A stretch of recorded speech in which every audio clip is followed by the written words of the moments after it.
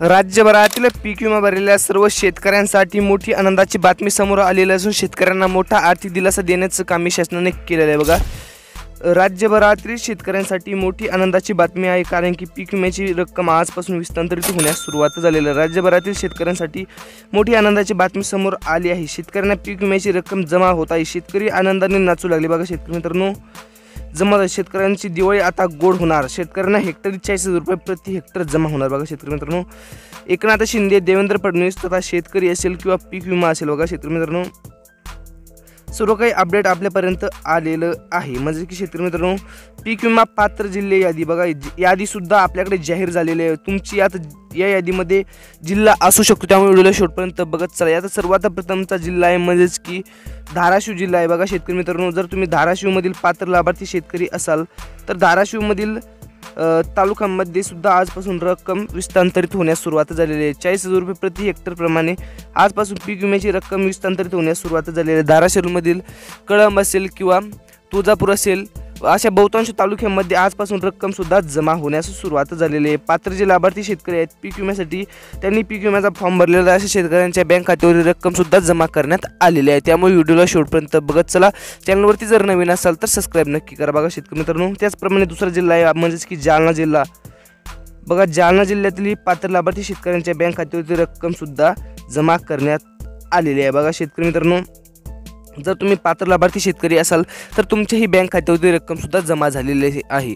म्हणजे की शेतकरी मित्रांनो, तुमच्या बँक खात्यावरती रक्कम जमा झालेली आहे की नाही आम्हाला कमेंटच्या माध्यमातून नक्की कळवा व तुमचा जिल्हाही नक्की सांगा। बघा त्याचप्रमाणे जालना जिल्ह्यामधील भोकरदन असेल, बघा भोकरदन तालुक्यामध्ये सुद्धा रक्कम विस्तारित होण्यास सुरुवात झालेली आहे। त्याचप्रमाणे अंबड असेल, बघा ज्या ज्या तालुक्यांची नावे घेत आहेत त्या तालुक्यांची यादी सुद्धा आपल्याकडे आलेली आहे। बघा त्याचप्रमाणे बदनापूर असेल, बघा शेतकरी मित्रांनो बदनापूर तालुक्यातही रक्कम जमा होण्यास सुरुवात झालेली आहे। जे पात्र लाभार्थी शेतकरी आहेत त्यांच्या बँक खात्यावरती रक्कम सुद्धा आजपासून जमा झालेली आहे। म्हणजे की शेतकरी मित्रांनो, जर तुम्ही पात्र लाभार्थी शेतकरी असाल तर तुमच्याही बँक खात्यावरती रक्कम सुद्धा जमा झालेली असेल। बघा त्याचप्रमाणे परभणीकडे जाऊयात। परभणीमधील सेलू असेल, बघा शेतकरी मित्रांनो जिंतूर, बघा शेतकरी मित्रांनो त्याचप्रमाणे परतूर असेल, परतूर जालना जिल्ह्यामधील येते। त्याचप्रमाणे परभणी तालुका असेल, बघा शेतकरी मित्रांनो त्याचप्रमाणे आता हिंगोली, बघा शेतकरी मित्रांनो हिंगोली, त्यात कळमनुरी,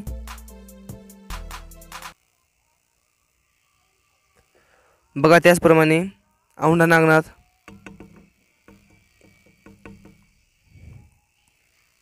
नागनाथ मध्ये सुद्धा रक्कम जमा झालेली आहे। बघा शेतकरी मित्रांनो, ज्या ज्या तालुक्यांची यादी आपण देत आहोत त्या तालुक्यामध्ये रक्कम विस्तारित होण्यास सुरुवात झालेली आहे। त्याचप्रमाणे बघा बीड जिल्ह्याकडे वळूयात।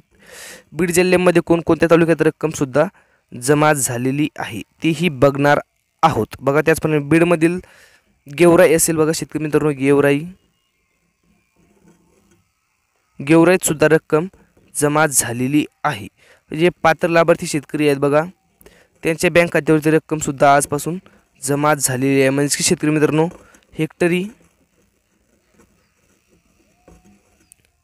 40,000 रुपये प्रति हेक्टर प्रमाणे रक्कम जमा झाली आहे। बघा शेतकरी मित्रांनो रक्कम सुद्धा आजपासून जमा झालेली आहे। त्यामुळे शेतकरी मित्रांनो चिंताच मिटली म्हटलं तरी काहीच हरकत नाही, कारण की एकंदरीतपणे तुमच्या बँक खात्यावरील रक्कम सुद्धा जमा केली जाणार आहे। त्याचप्रमाणे बघा छत्रपती संभाजीनगरकडे वळूयात। संभाजीनगरमधील पैठण असेल, बघा शेतकरी मित्रांनो जर तुम्ही पैठण तालुक्यातील पात्र लाभार्थी शेतकरी असाल तर तुमच्या बँक खात्यावरती सुद्धा रक्कम जमा झालेली असेल। बघा त्याचप्रमाणे फुलंब्री असेल,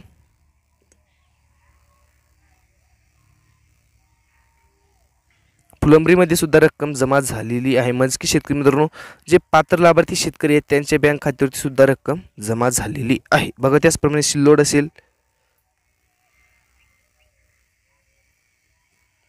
सिल्लोडमध्ये सुद्धा रक्कम जमा झालेली आहे। त्याचप्रमाणे गंगापूर असेल, बघा त्याचप्रमाणे आता अहिल्यानगरकडे जाऊयात. अहिल्यानगरमधील शेवगाव असेल बघा शेतकरी मित्रांनो, शेवगाव, पाथर्डी,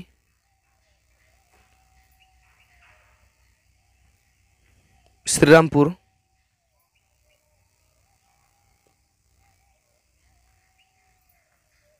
श्रीरामपूर तालुक्यामध्ये सुद्धा रक्कम विस्तांतरित होण्यास सुरुवात झालेली आहे. जे पात्र लाभार्थी शेतकरी आहेत त्यांच्या बँक खात्यावरती रक्कम सुद्धा जमा झाली आहेत. जर तुम्ही पात्र शेतकरी असाल तर तुमच्या बँक खात्यावरती सुद्धा रक्कम जमा झालेली आहे. म्हणजे की शेतकरी मित्रांनो, राज्य शासनाने दिवाळी गोड केली आहे म्हटलं तरी काहीच हरकत नाही, कारण की एकंदरीतपणे तुमच्या बँक खात्यावरती सुद्धा रक्कम जमा झालेली असेल. बघा, जे पात्र लाभार्थी शेतकरी आहेत त्यांच्या बँक खात्यावरती रक्कम जमा करण्याचा शासनाने निर्णय घेतला होता. जर तुम्ही पात्र लाभार्थी शेतकरी असाल तर तुमच्या बँक खात्यावरती सुद्धा रक्कम जमा होण्यास सुरुवात झालेली आहे. हेक्टरीची रक्कम ही 40,000 रुपये प्रति हेक्टर जमा करण्यात आलेली आहे. म्हणजे की शेतकरी मित्रांनो, जे पात्र शेतकरी आहेत त्यांच्या बँक खात्यावरती रक्कम सुद्धा जमा करण्यात आलेली आहे. म्हणजे की शेतकरी मित्रांनो, चिंताच मिटली म्हटलं तरी काहीच हरकत नाही, कारण की एकंदरीतपणे तुमच्या बँक खात्यावरती रक्कम सुद्धा जमा करण्यात आलेली आहे. बघा, त्याचप्रमाणे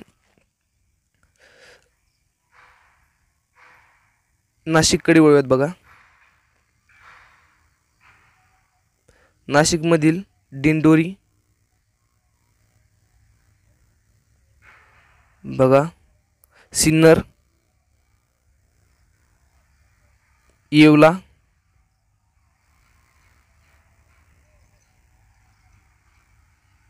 बघा या 3 ते 4 तालुक्यांमध्ये तसेच नाशिक ग्रामीणमध्ये पैसे सुद्धा जमा होण्यास सुरुवात झालेली आहे. म्हणजे की शेतकरी मित्रांनो, जर तुम्ही नाशिक जिल्ह्यातील पात्र लाभार्थी शेतकरी असाल तर तुमच्या बँक खात्यावरती सुद्धा रक्कम जमा होण्यास सुरुवात झालेली आहे. बघा, पीक विमा पात्र जिल्हे यादी सुद्धा आपण जाहीर केलेली आहे. म्हणजे की शेतकरी मित्रांनो, जर तुम्ही पात्र लाभार्थी शेतकरी असाल तर रक्कम सुद्धा जमा केली जाणार आहे. बघा, त्याचप्रमाणे